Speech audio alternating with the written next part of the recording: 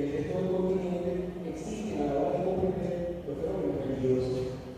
Es claro, por lo menos para mayores, que más allá de las formas aparentes, el reto planteado es la transformación de la visión que hasta ahora hemos tenido, no solo de los procedimientos religiosos, sino del lugar que ocupamos en el universo y la responsabilidad que tenemos que este sea un ámbito para vivir a partir de una mejor relación con nuestros semejantes y con el mismo.